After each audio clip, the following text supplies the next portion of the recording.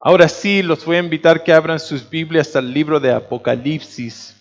Y estamos en el capítulo 2. Y vimos el capítulo 1, el Señor Jesús le dice a Juan en el versículo 19 del capítulo 1, le deja saber, escribe las cosas que has visto. Y ese fue el capítulo 1 del libro de Apocalipsis. Las cosas que son es el capítulo 2 y 3, así que estamos en un quiebre dentro del libro de Apocalipsis. Al comenzar con el capítulo 2 son las cosas que son, y después vamos a ver más adelante en el capítulo 4 las cosas que han de ser después de estas. Y tenemos aquí el comienzo de 7 cartas que el Señor Jesucristo va a escribir a 7 diferentes iglesias.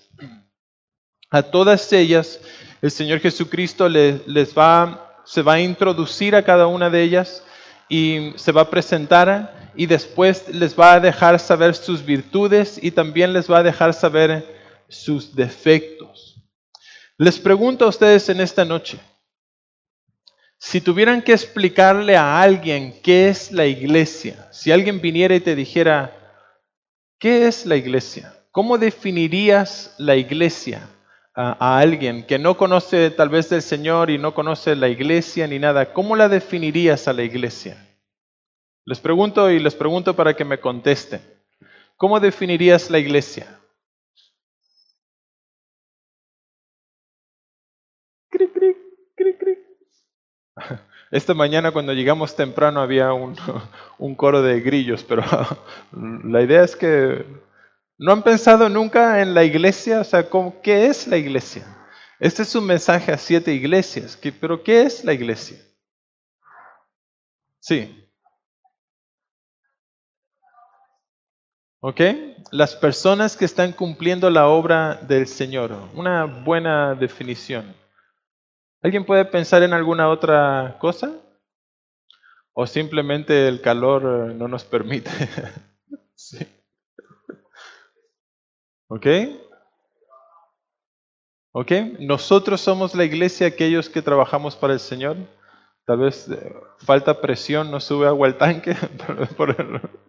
Pero sí, definitivamente yo creo que esta es la definición y es la definición que me gustaría que tuviéramos en cuenta al atravesar no solamente esta tarde, noche, la carta a la iglesia de Éfeso, pero después a través de las 7 cartas también. Porque muchas personas tendemos a pensar en la iglesia como el edificio en sí. Oh, yo voy a la iglesia que está en Padre Vázquez y Almirante Brown y pensamos, bueno, el edificio es es la iglesia. Y uno entiende lo que uno dice, voy a la iglesia y tenés que dar direcciones. Y entonces sí, pero es importante que sepamos que este edificio no hace la iglesia. Que este edificio puede ser cualquier cosa, pero la iglesia la hacemos cada uno de nosotros y es cada uno individual. Y esto también se repite a las 7 iglesias. El Señor Jesús les dice, el que tiene oídos para oír, y singular, el que tiene, no dice los que tienen oídos para, dice el que tiene, singular, que escuche lo que el Espíritu tiene que decirle a las iglesias en general, pero es singular y yo espero que en esta tarde, noche nosotros podamos prestar atención porque estas instrucciones son extremadamente importantes, pero quiero decirte esto, es extremadamente importante para vos, singularmente. Porque también cuando llegamos a estas porciones de las Escrituras es fácil pensar en el hermano que está al lado, en el que está enfrente o en el que está detrás. O tal vez de la persona que conoces que va a otra iglesia, entonces decís, oh sí, a esa iglesia le hace falta todo esto y ellos no hacen esto otro. Y es fácil mirar hacia afuera, pero creo que la intención del Señor Jesús al escribir esta carta y la intención por lo menos mía al estudiarla, y vamos a dedicar un domingo a cada una de estas iglesias, es por la importancia que hay. Y miren, Pablo escribe, tenemos las cartas pastorales de Pablo y las creo extremadamente importantes, pero estas cartas fueron escritas por el Señor Jesús. Y para mí esto lo hace a esta porción de las Escrituras especial. Creo que necesitamos leerlo, creo que necesitamos meditarlo, creo que necesitamos comprenderlo y comprenderlo desde este punto de vista que el Señor Jesús me va a hablar a mí en esta noche. Y sabemos que es una bendición el hacerlo.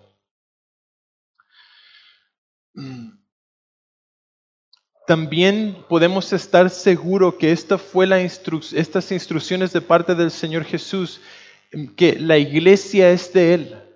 El Señor Jesús le dijo a Pedro, sobre esta roca edificaré mi iglesia.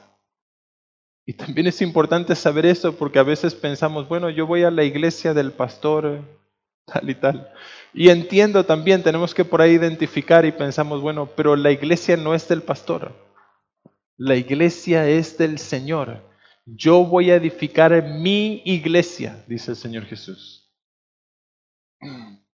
Y este mensaje es el mensaje del Señor Jesús. Y podemos pensar, el Señor Jesús va a venir a buscar su iglesia. Es de Él, le pertenece a Él. Vamos a leer del versículo 1 al 7 y después vamos a volver y vamos a ir versículo por versículo. Dice el versículo 1, escribe al ángel de la iglesia en Éfeso, el que tiene las 7 estrellas en su diestra, el que anda en medio de los 7 candeleros de oro, dice esto, escribe al ángel de la iglesia en Éfeso. Yo conozco tus obras y tu arduo trabajo y paciencia, y que no puedes soportar a los malos, y has probado a los que dicen ser apóstoles y no lo son, y lo has hallado mentiroso. Y has sufrido, y has tenido paciencia, y has trabajado arduamente por amor de mi nombre, y no has desmayado. Pero tengo contra ti que has dejado tu primer amor. Recuerda, por tanto, de dónde has caído y arrepiéntete y haz las primeras obras, pues si no, vendré pronto a ti y quitaré tu candelero de su lugar si no te hubieres arrepentido.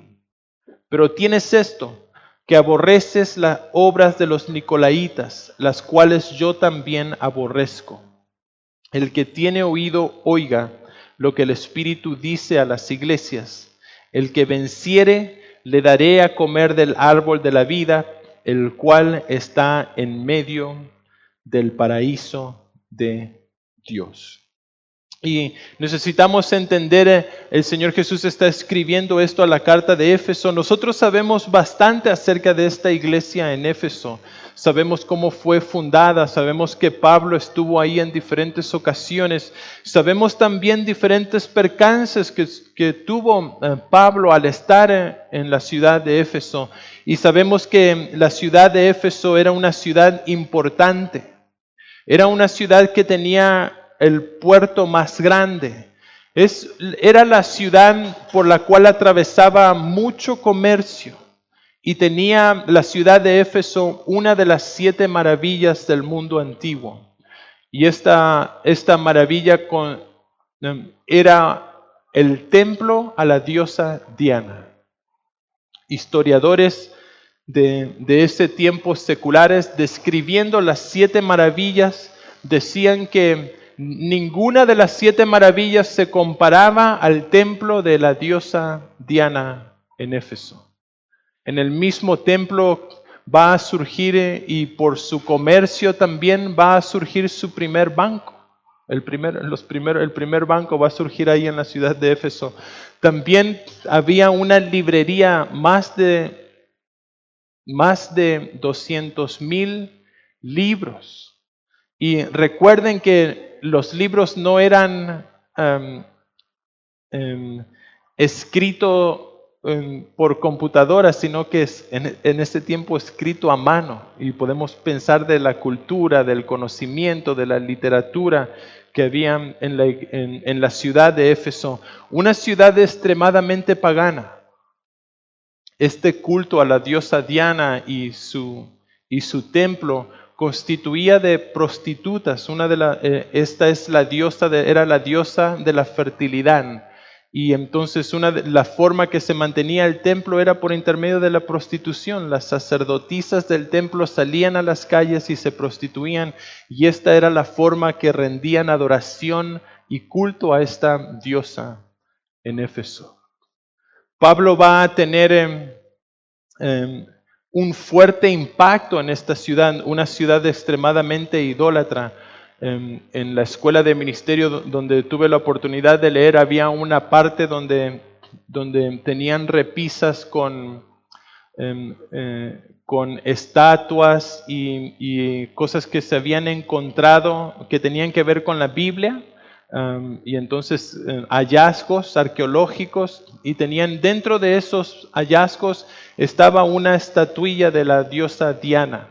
Y es una diosa que son todos pechos, su frente son todos pechos, como hablando de la fertilidad, y una escena de desnudez, o sea, algo pornográfico para ese tiempo.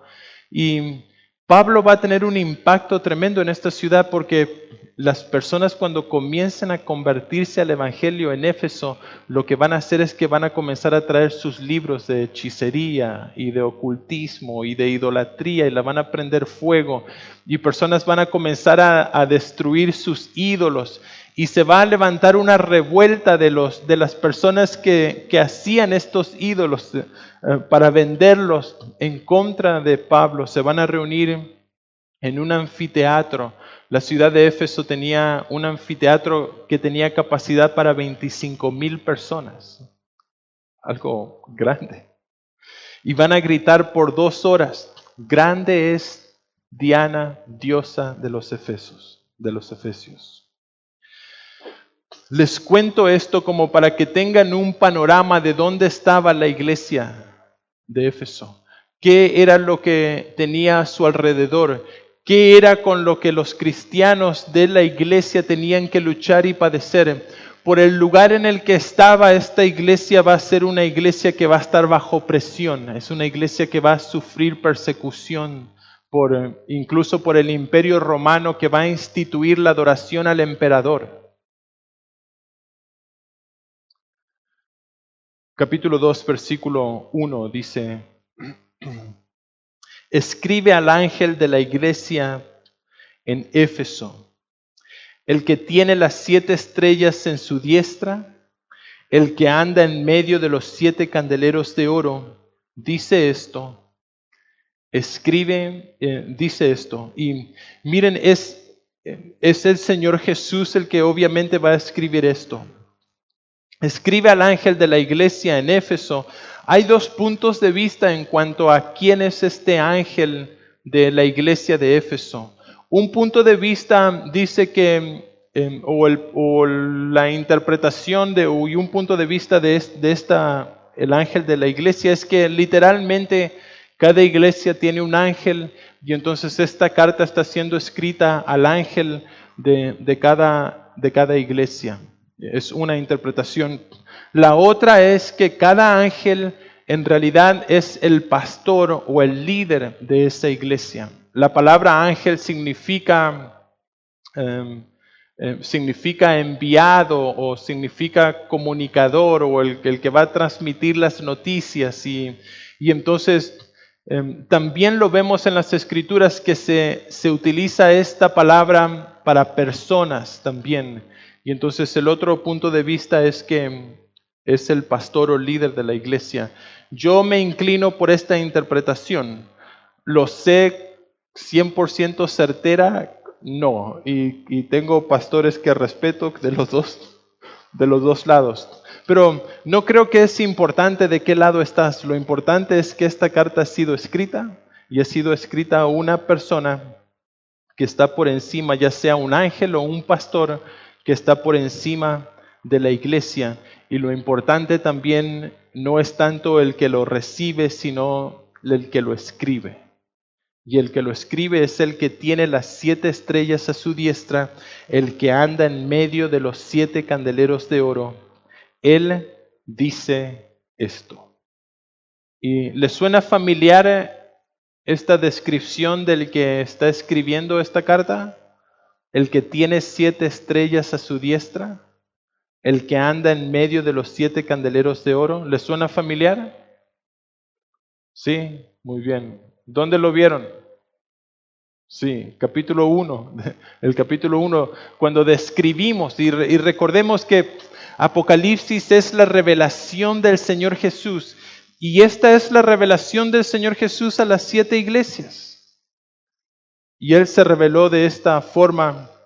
El versículo 20 del capítulo 1 va a terminar con el Señor Jesús describiendo también, dice, el misterio de las 7 estrellas que has visto en mi diestra y los 7 candeleros de oro. Las 7 estrellas son los ángeles de las 7 iglesias, ángeles o pastores, como tú, como quieras. Esto es lo que significa. Miren, están en la mano derecha de nuestro Señor Jesucristo. Y los 7 candeleros que has visto son las 7 iglesias. Las 7 iglesias. Y entonces podemos ver que el liderazgo o la persona a cargo de la iglesia está en las manos del Señor Jesús. Y Él está en medio de las 7 iglesias también. Él está en medio del candelero.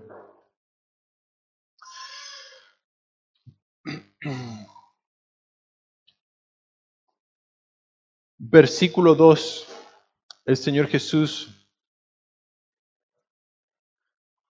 va a decir, yo conozco tus obras. Yo conozco tus obras. Y miren, antes de comenzar con el versículo 2, volviendo al versículo 1 y la presentación de nuestro Señor Jesucristo, Él se va a presentar a las 7 iglesias utilizando esto que hemos visto, esta revelación del capítulo 1.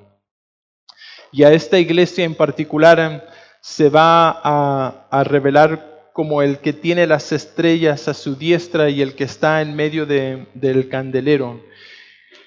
Y esto es porque la instrucción para la iglesia de Éfeso y una de las cosas buenas que la iglesia de Éfeso había hecho es que había encontrado quiénes eran malos y quiénes eran falsos apóstoles. Y esto tiene que ver con el liderazgo de la iglesia.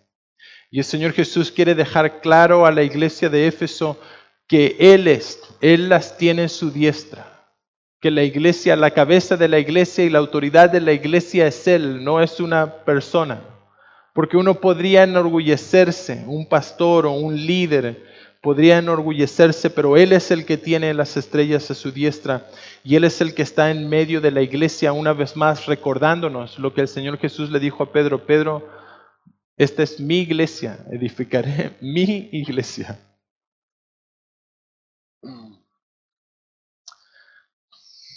Versículo 2 va a comenzar los elogios de nuestro Señor Jesucristo para esta iglesia. Y lo primero que le va a decir, y vamos a ir viendo cada una de las cosas que el Señor Jesús cada elogio que el Señor Jesús va a hacer para la iglesia. Lo primero que le dice es, yo conozco tus obras.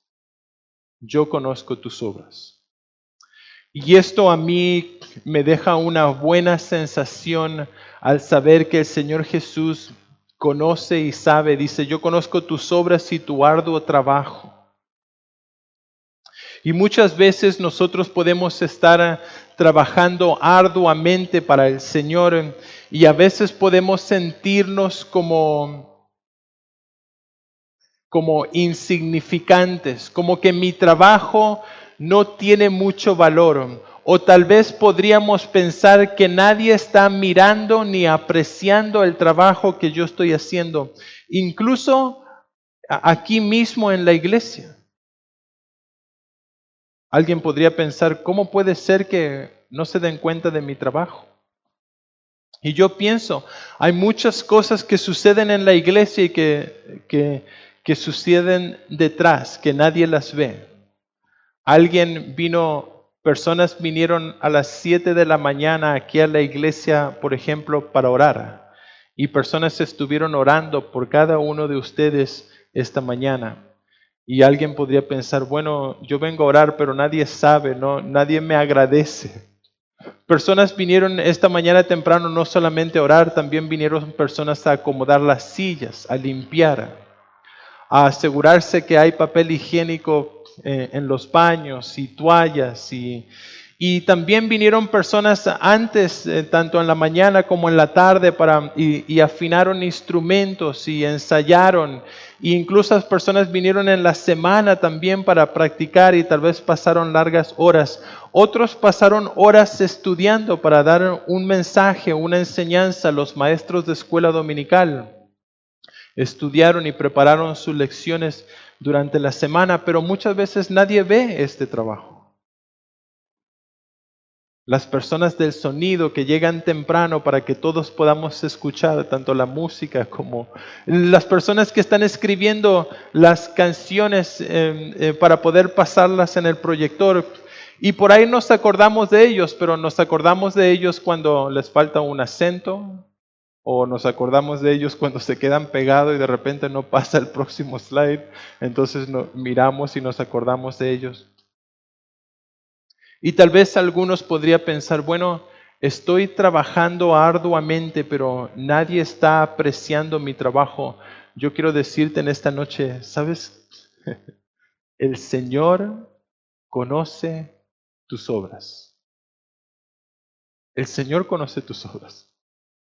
Y a veces nosotros queremos recibir los aplausos y los elogios de las personas, pero miren, nada, ningún elogio, ningún aplauso, ninguna sobadita de espalda se compara al hecho de que Dios, que Jesús mismo, el principio y el fin, el alfa y el omega, Él conoce tus obras.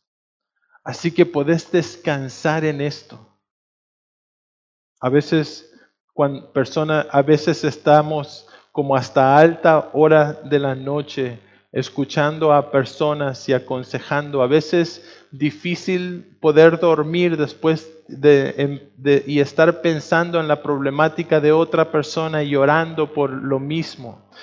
Pienso en las personas que Dios se encarga de levantarlos para orar por ustedes.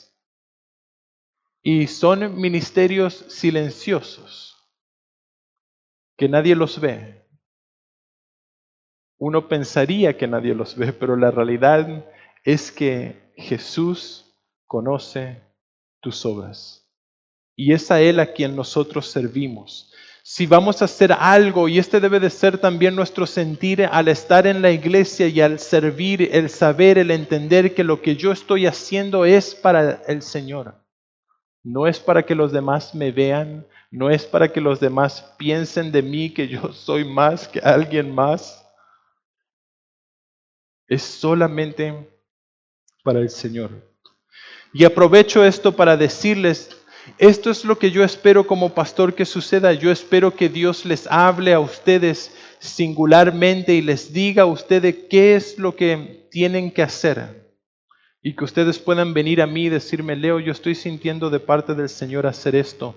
Y yo espero poder estar ahí para ayudarte a cumplir con el llamado que Dios ha puesto en tu vida. Yo conozco tus obras.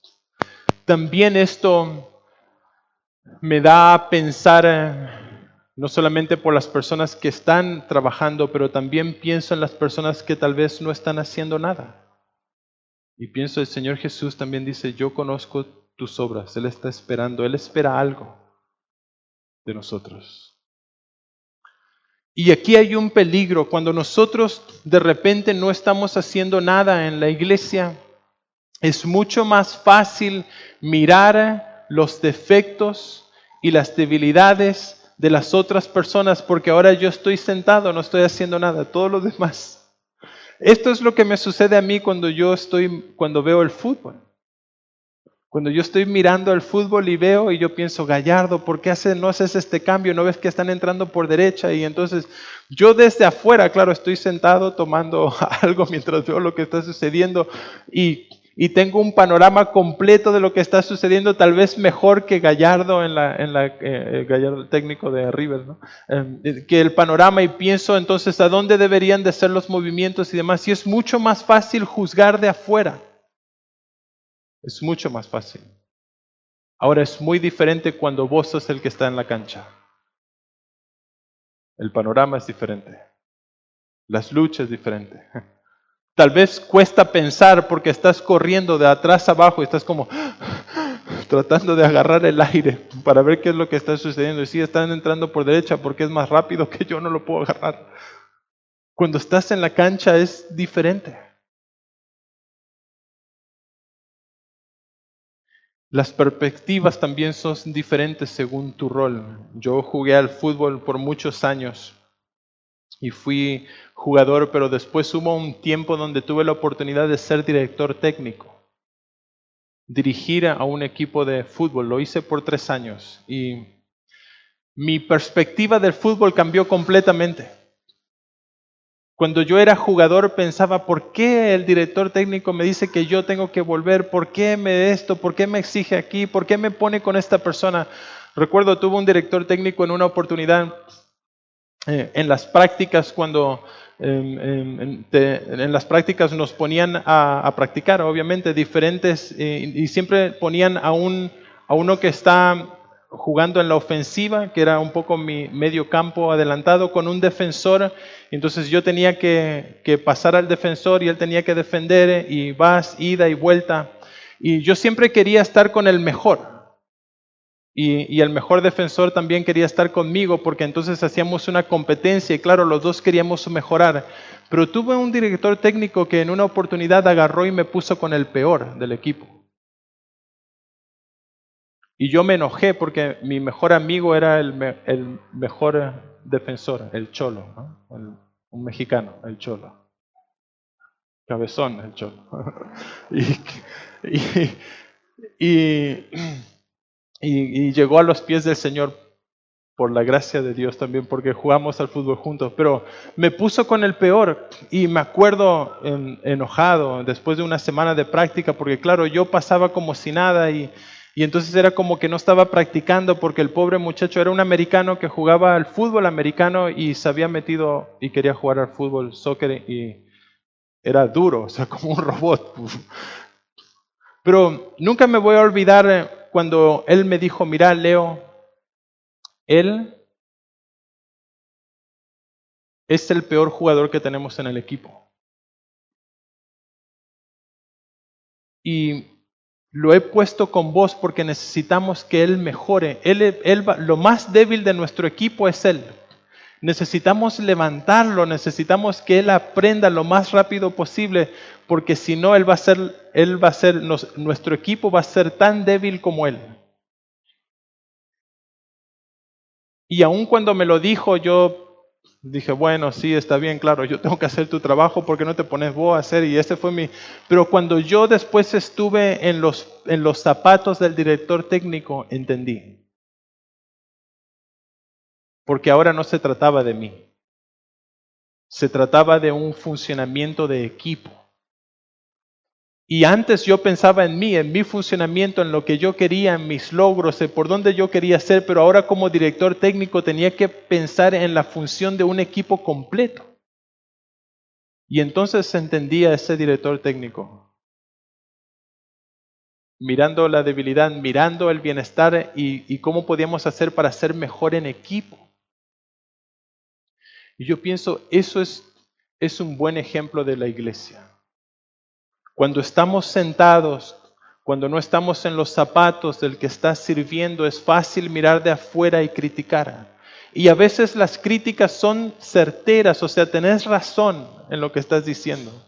Tal vez mirás y decís, Gallardo, hiciste ese cambio mal y vos tenés razón, pero tenés que estar en los zapatos de Gallardo para entender por qué e incluso entender también sus equivocaciones.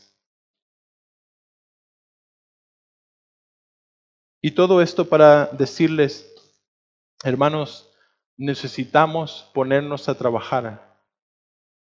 Dios conoce nuestras obras y nuestro trabajo es arduo, dice a la iglesia de Éfeso, y conozco tu arduo trabajo. me he estado reuniendo con todos los ministerios de la iglesia. Todavía me faltan reunirme con algunos.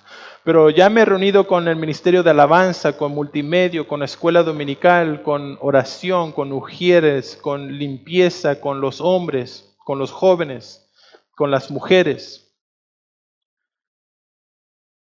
No hay ningún ministerio que me dijera, no necesitamos ayuda. Así que quiero decirte esto. Si no estás haciendo nada y no sabes qué hacer, todos los ministerios están disponibles. Absolutamente todos.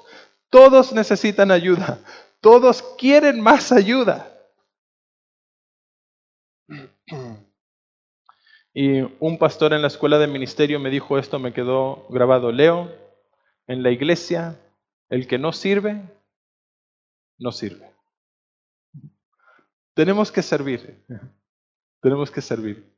Y tenemos que ponernos a trabajar para la obra del Señor.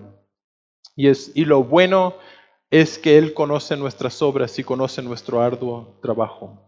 También el Señor Jesús le dice a esta iglesia que Él conoce también su paciencia. Su paciencia. Y esta palabra paciencia es una palabra griega muy interesante porque es la palabra griega hupomone, que significa también permanecer debajo. No es solamente el hecho de esperar, sino es el hecho de esperar mientras estás debajo de una dificultad, mientras estás pasando tribulación, mientras estás en sufrimiento, el poder esperar en el Señor. El Señor conoce nuestra paciencia. La iglesia de Éfeso estaba pasando por tribulación, por dificultad, estaba siendo perseguida. Nosotros mismos hoy en día también vamos a padecer, van a haber luchas, van a haber dificultades y ante nuestras dificultades, ante nuestras luchas necesitamos enfrentarlas con paciencia, esperando en el Señor, aun cuando estamos bajo presión. Paciencia. Y no puedes soportar a los malos. No puedes soportar a los malos. Y yo pienso, wow, o sea, hay personas malas.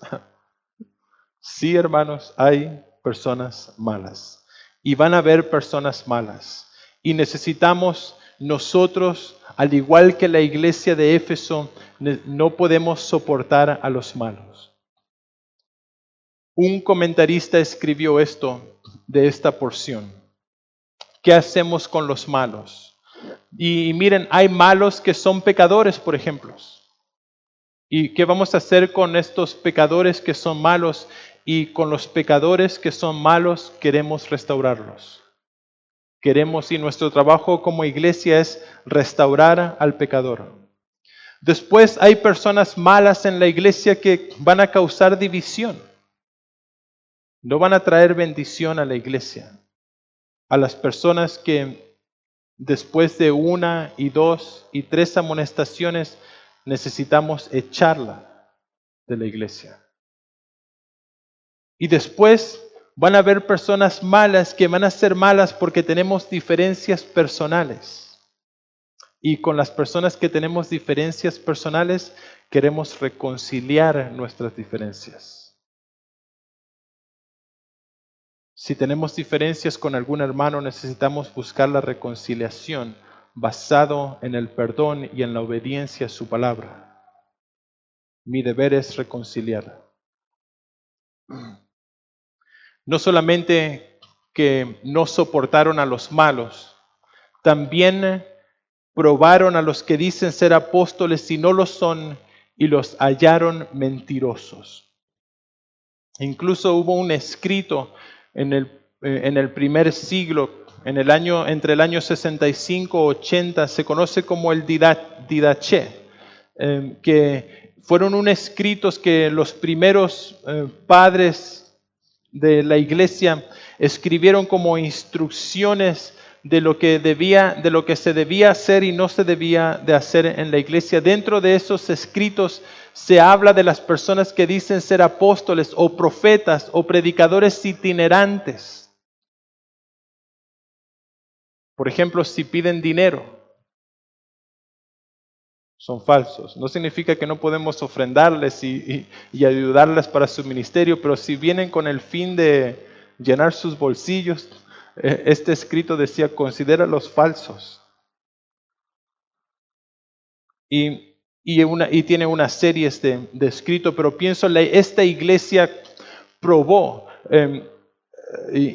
Y hay hoy en día también una serie de apóstoles. Hay como una apostolitis aguda. O sea, todos son apóstoles. Pateas una piedra y sale un apóstol. Y pateas otra y sale otro más.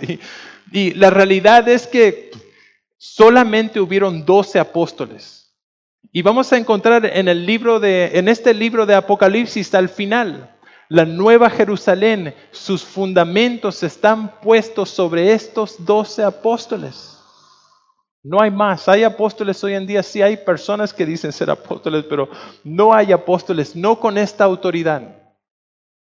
No con la autoridad de las Escrituras, no con la autoridad. Y miren, la iglesia dice en el libro de Hechos que permanecían en la doctrina de los apóstoles.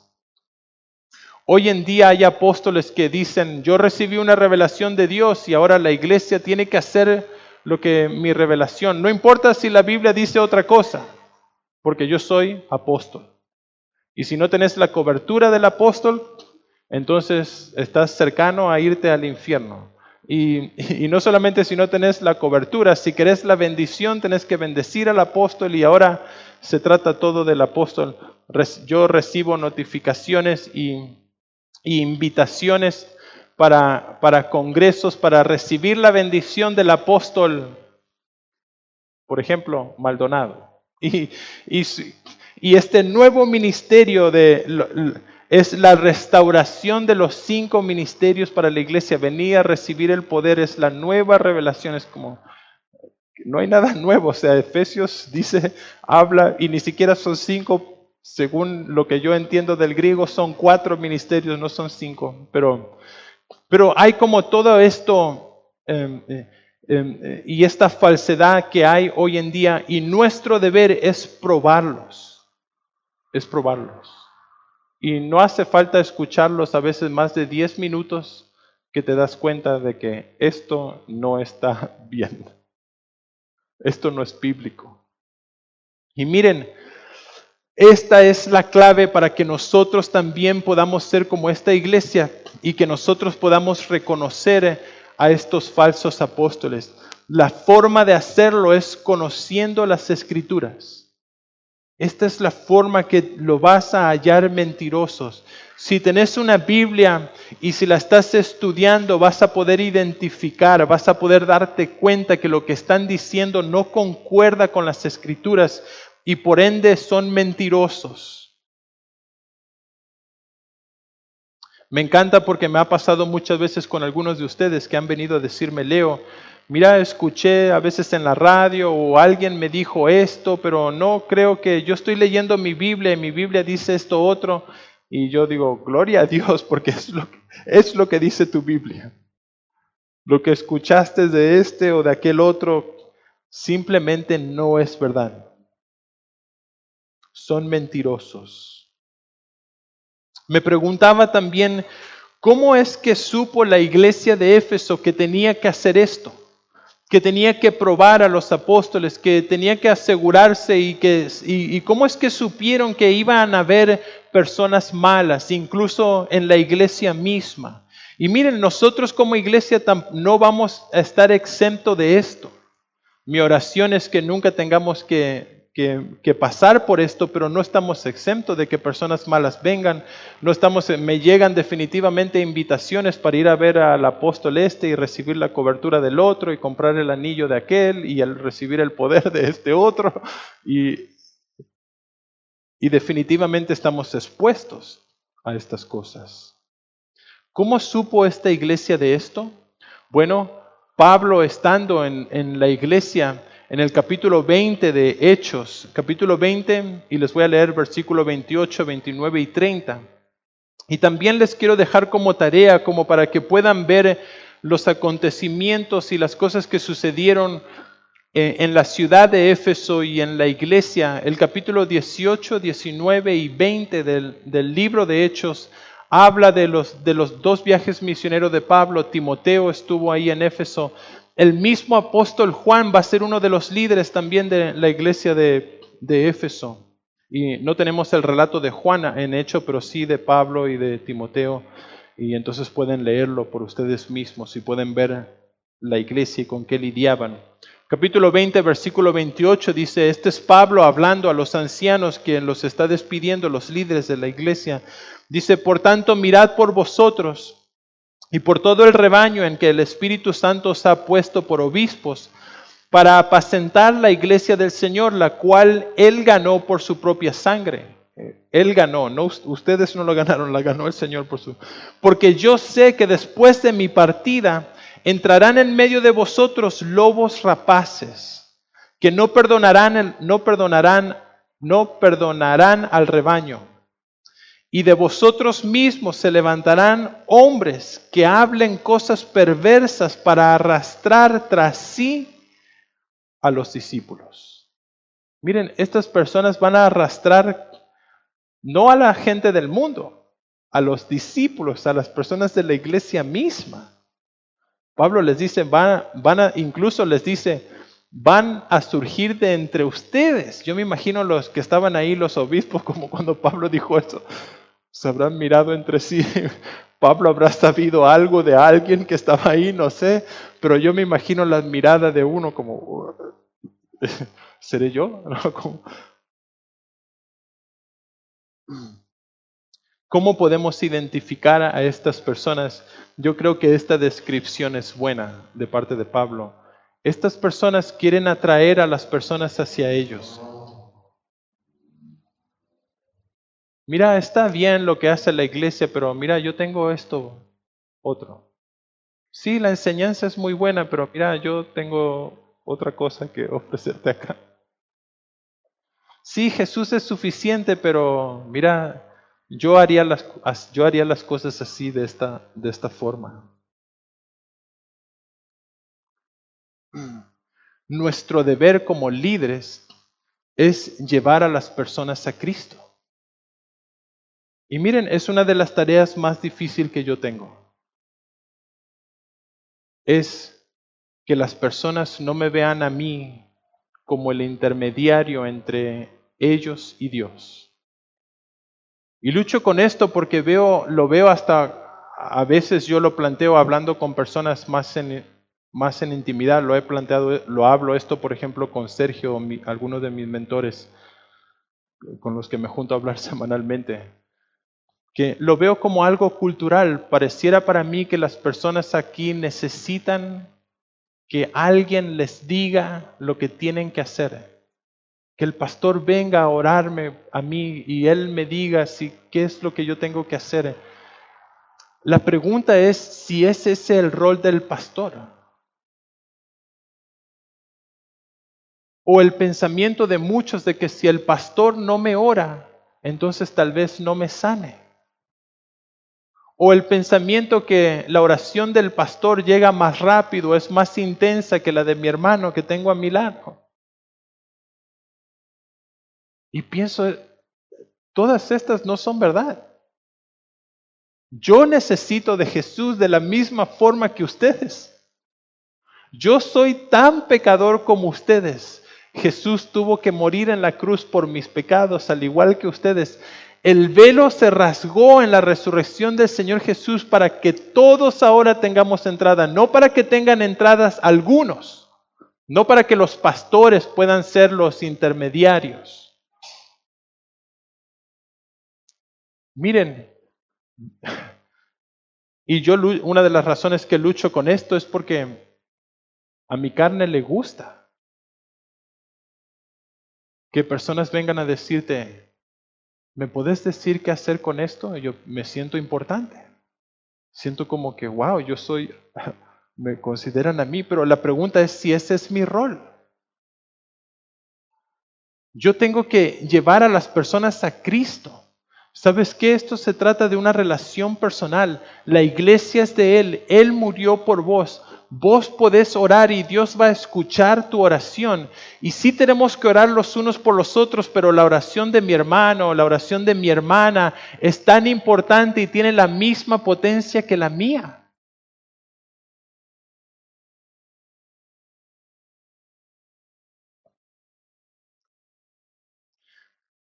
Si alguien en algún momento comienza a llevarte hacia Él, ten cuidado.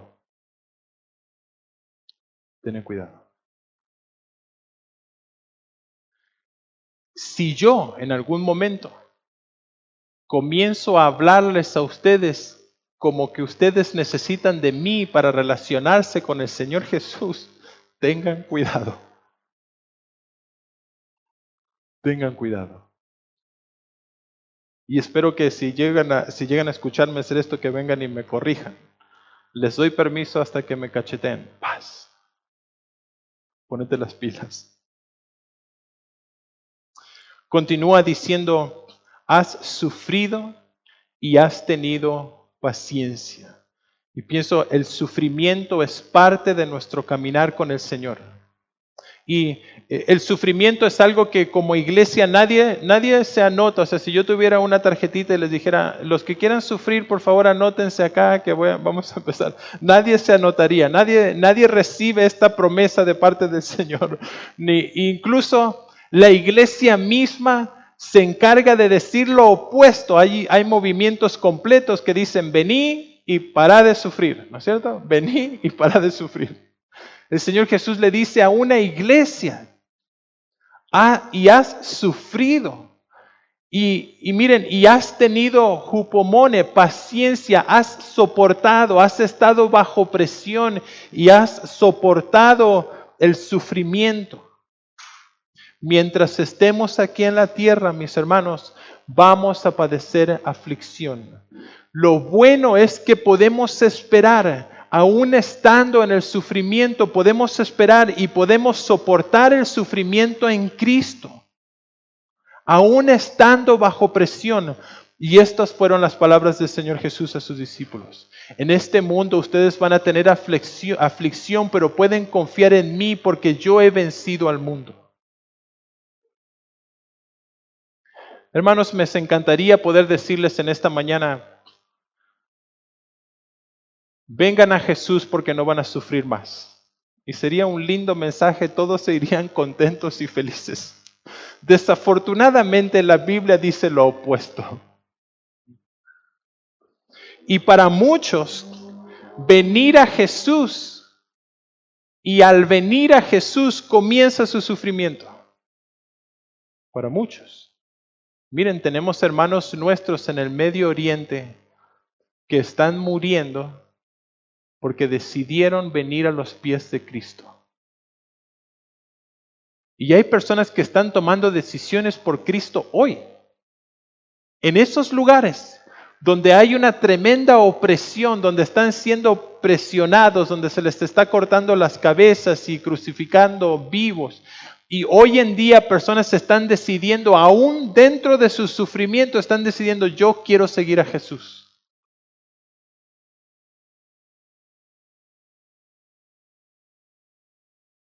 Te pregunto en esta noche, ¿estás dispuesto a sufrir? ¿A tener paciencia?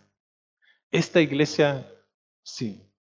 Y has trabajado arduamente por amor de mi nombre y no has desmayado.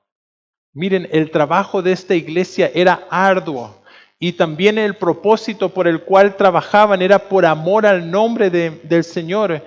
Y no desmayaron, aún estando bajo persecución, aún estando en medio de idolatría, de prostitución, en medio de la oscuridad que había en la ciudad de Éfeso, esta iglesia se mantuvo trabajando arduamente y no desmayó.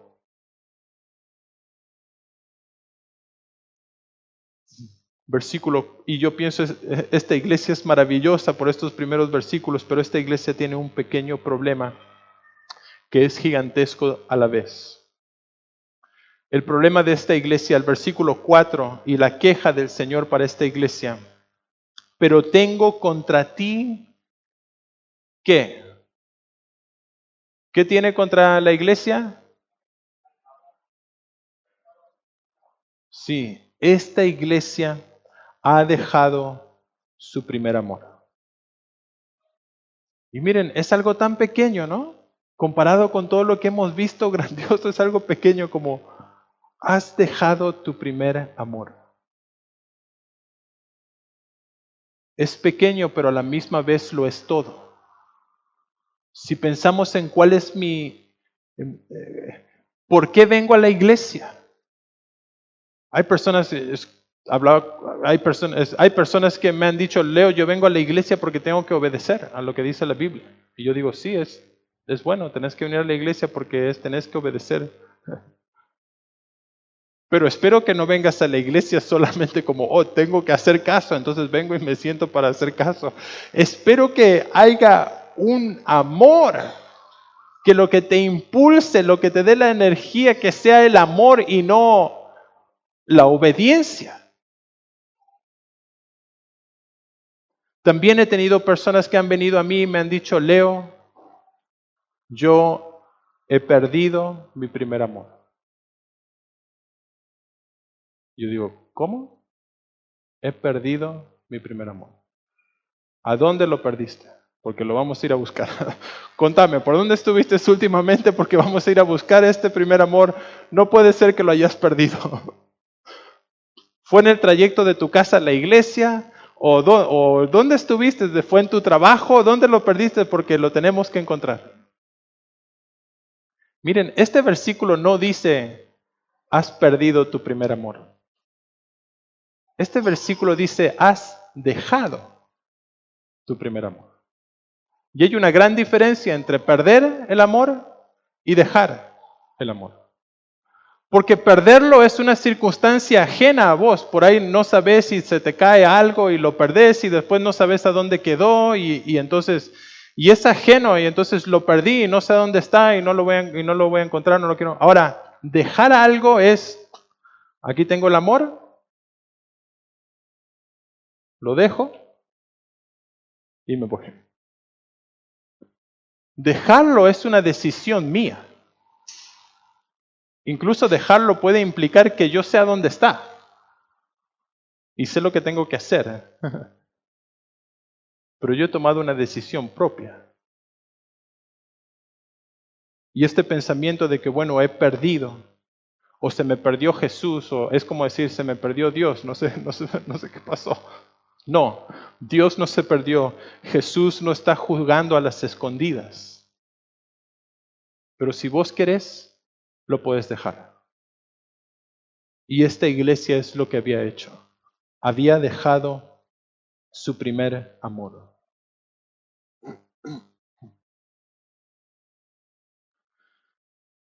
Pues tenemos que preguntarnos, ¿qué es el primer amor? ¿Qué es el primer amor? ¿O cómo definimos esto, el primer amor? Has dejado tu primer amor.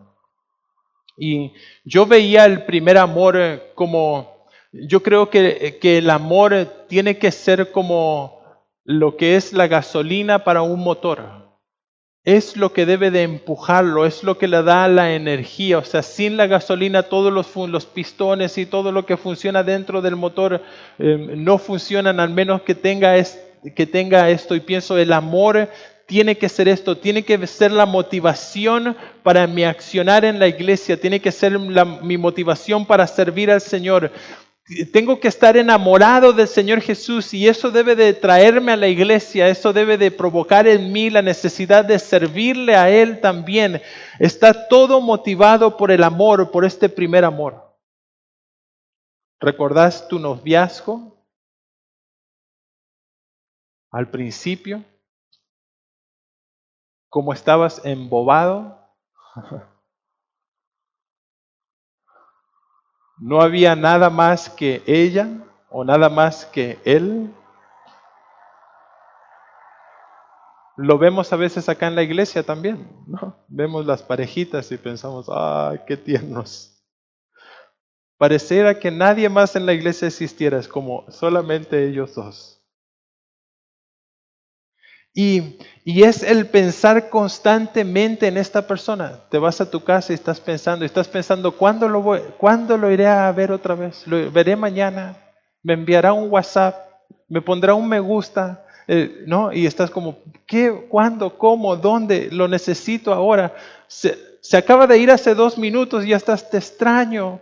No sé qué hacer sin vos. Y yo, sí, pero acaba de dar la vuelta ahí, está del otro lado de la puerta para...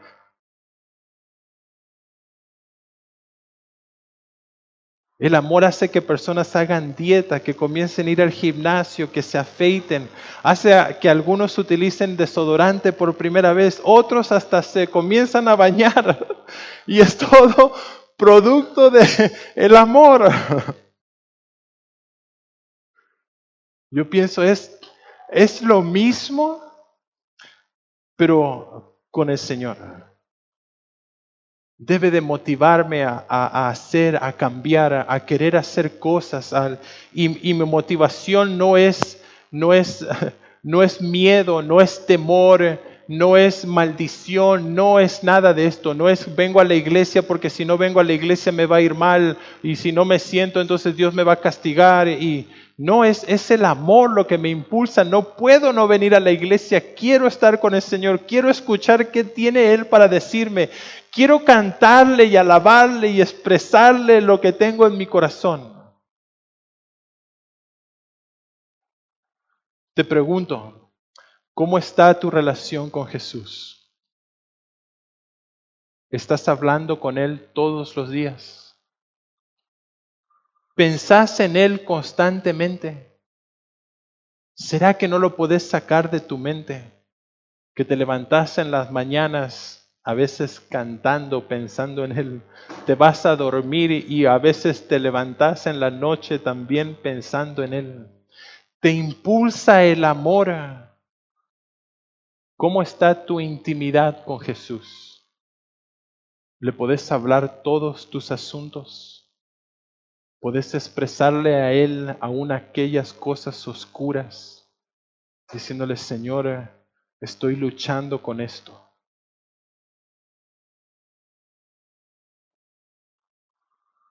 ¿Tenés y estás en intimidad con Jesús?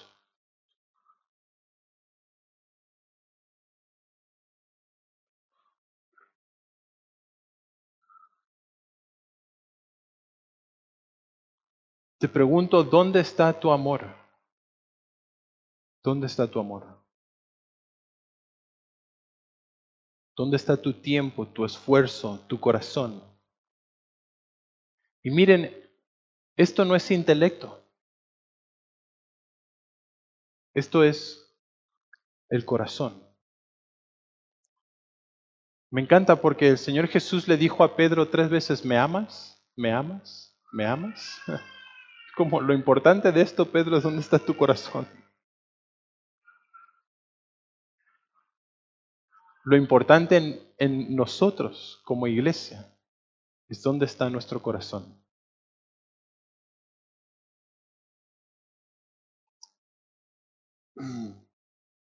Versículo 5 dice, recuerda por tanto de dónde has caído y arrepiéntete y haz las primeras obras, pues si no, vendré pronto a ti y quitaré tu candelero de su lugar si no te hubieres arrepentido.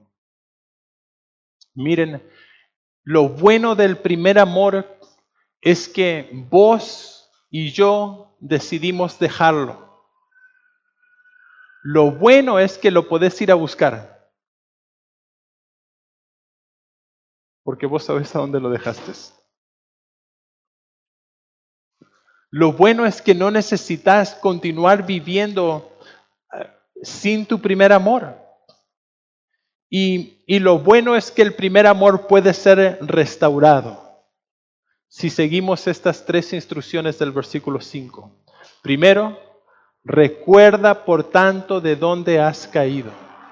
Y es bueno que nosotros recordemos lo que éramos antes. Es bueno que recordemos de dónde Dios nos ha sacado para que no nos enseñoreemos, para que no pensemos demasiado de nosotros mismos, para que no pensemos de que de repente ahora yo soy el más espiritual. No, acordate de dónde te rescató el Señor.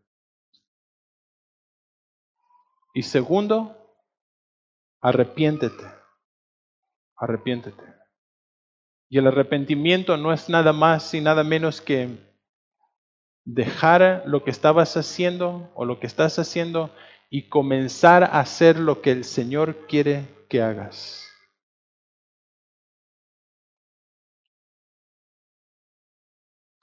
Tenés que cambiar. ¿Qué tenés que cambiar? Y lo que tenemos que cambiar son nuestras obras, lo que estamos haciendo. ¿Y qué tenemos que? Tenemos que volver a las primeras obras. Es el tercer paso. Debemos volver a hacer las primeras obras. ¿Cuáles son las primeras obras? Bueno, ¿te acordás cuando viniste al Señor por primera vez? La oración, la lectura de su palabra, la meditación, el servicio en obediencia a los demás, la adoración al Señor, la comunión con los hermanos.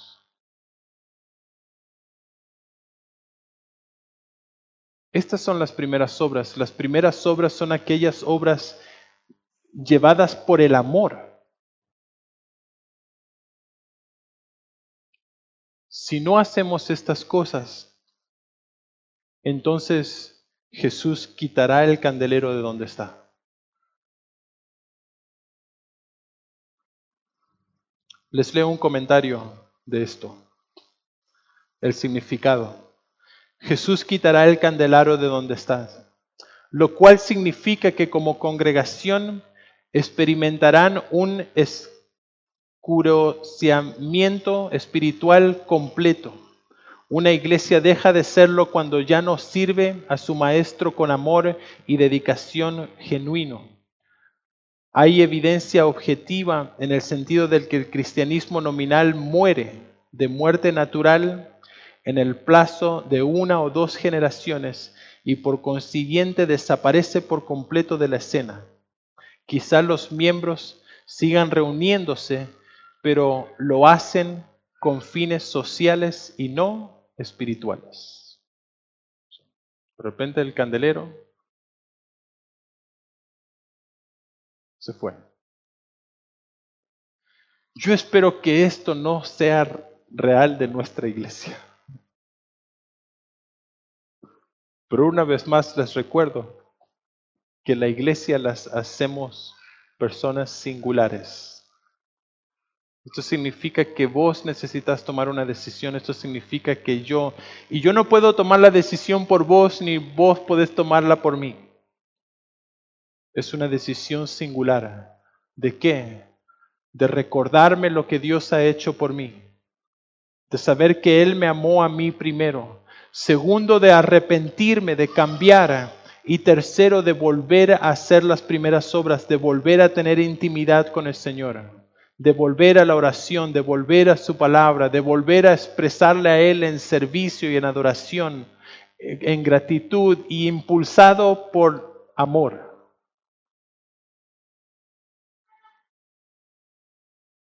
Versículo 6. Pero tienes esto, que aborreces las obras de los nicolaítas, las cuales yo también aborrezco. Y miren, no encontramos esto muchas veces en las Escrituras. Creo que lo encontramos 2 veces, aquí y después a la iglesia de Pérgamo, que el Señor Jesús diga, yo aborrezco esto. Esto yo lo aborrezco. Para mí es importante, yo lo tengo subrayado. Esto es lo que aborrece el Señor Jesús.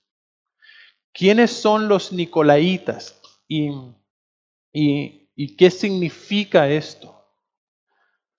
Y es algo bueno que tiene la iglesia de Éfeso, que aborreces las obras de los nicolaítas. La palabra nicolaíta quiere decir conquistar a la gente. Conquistar a la gente. Algunos piensan que esta fue una secta que se enseñoreaba sobre la iglesia y le privaba a la gente de su libertad de tener una relación personal con Cristo. O sea, fueron personas y fue una secta que puso a personas como intermediarios. Otro comentario de esto dice esto, se los leo, dice: ellos iniciaron lo que ahora se conoce como el clero y laicos, una división falsa que no se enseña en ninguna parte del Nuevo Testamento. Todos los que pertenecen al pueblo de Dios son reyes y sacerdotes y tienen igual acceso al Padre por la sangre de Cristo. Miren, el clero y hacer una división es decir, mira, necesitas personas que son espirituales para poder llegar a Dios y necesitas venir a ellos. Ellos te van a dar las instrucciones de Dios y es como una persona entre Dios y vos. Y ese es el clero. ¿Qué hizo el Señor Jesús? Murió por nuestros pecados para darnos una entrada libre, gratuita a cada uno al trono de la gracia. ¿Quién es el Señor Jesús? Él es el único mediador entre Dios y los hombres. No hay pastores, no hay líderes, no hay apóstoles, no hay profetas, no hay nada entre vos y Dios. No deben de haber nicolaitas, personas que se presenten como espirituales, como vos necesitas venir a mí y yo te voy a dejar saber a vos. Incluso yo voy a perdonar tus pecados o tráeme tu dinero que yo voy a bendecirte.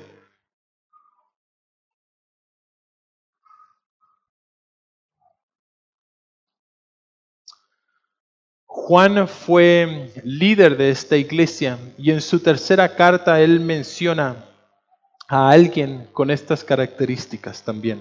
En tercera de Juan capítulo 1 versículo 9, Juan dice: yo he escrito a la iglesia, pero Diótrefes, el cual le gusta tener el primer lugar entre ellos, no nos recibe. Por esta causa, si yo fuere, recordaré las obras que hace parloteando con palabras malignas contra nosotros. Y no contento con estas cosas, no recibe a los hermanos y a los que quieren recibirlos se lo prohíbe y los expulsa de la iglesia. Amado, no imitéis lo malo sino lo bueno. El que hace lo bueno es de Dios, pero el que hace lo malo no ha visto a Dios. ¿Y qué hacía Diótrefes? Se enseñoreaba. Se enseñoreaba. Versículo 7 dice: el que tiene oído, oiga lo que el Espíritu dice a las iglesias.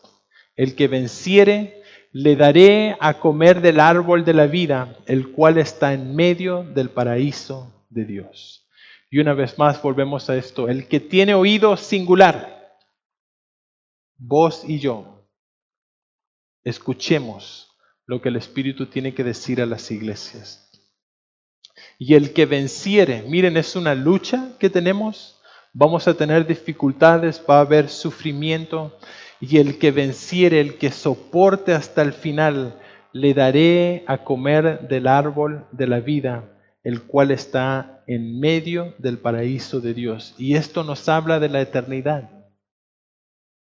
Lo único que tenemos que hacer es vencer. Necesitamos soportar, necesitamos vencer. Les voy a pedir a los músicos si pueden pasar. Si te sentís alejado de Jesús,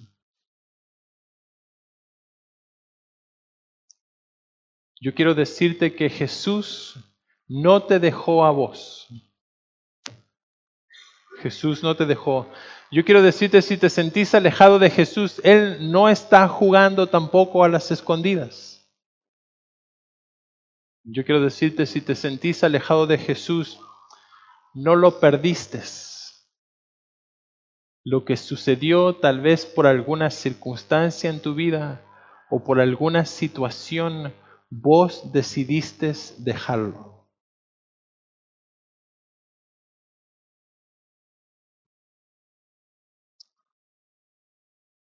lo bueno. Y yo espero que si estás alejado del Señor Jesús, yo espero que en cierta forma te hayas sentido un poco miserable con estas instrucciones. Pero mi oración y mi anhelo es que no te vayas de aquí sintiéndote miserable. Porque solamente tenés que hacer 3 cosas. Recordate lo que el Señor Jesús hizo por vos. Recordá de dónde te sacó. Y lo único que tenés que hacer es arrepentirte. Es volver a Él y volver a hacer las obras que hacías al principio. Necesitas volver y tener una comunión personal con Él. Necesitas volver a la oración. Necesitas volver a su palabra.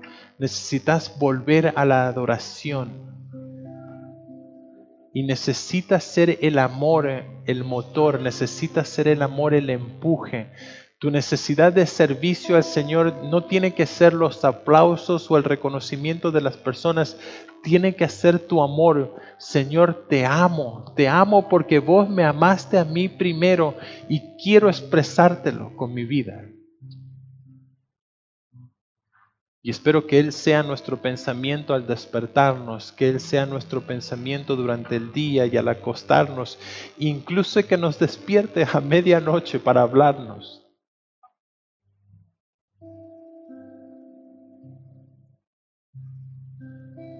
Oremos.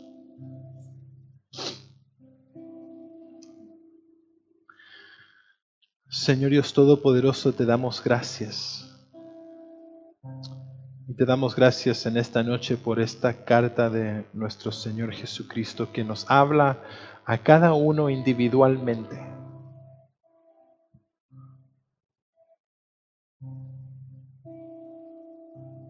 Y Padre, en esta noche yo vengo delante de ti, Señor, para pedirte perdón. Para decirte, Señor, heme aquí, úsame, pero Señor, perdóname porque muchas veces, tantas veces, aún dentro del ministerio mismo me encuentro haciendo tantas actividades, tantas obras, tantos quehaceres y descuidando mi relación personal contigo. Las obras del primer amor.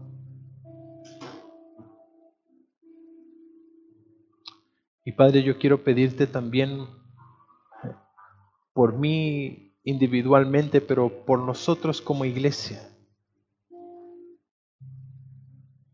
Señor, llénanos de tu Santo Espíritu. Derrama de tu amor sobre nuestras vidas. Ayúdanos a poder ser como esta iglesia de Éfeso, una iglesia, Señor, que trabajaba arduamente, Señor. Que reconocía a los malos, que probaba a los que decían ser apóstoles y los encontraba mentirosos, que detestaban de la misma forma que vos detestás a los nicolaitas.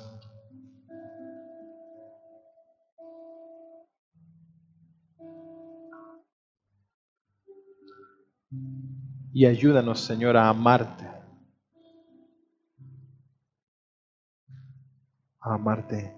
Y poder cumplir, Señor, con tus mandamientos de amarte a ti primero. Con todo nuestro ser. Con todo nuestro corazón, con toda nuestra alma, con todo nuestro espíritu, con toda nuestra mente, con todo, Señor, con todo. Amarte a ti primero con todo y después amar a nuestros hermanos como a nosotros mismos. Señor, yo necesito más de tu amor. Ayúdanos a amarte más.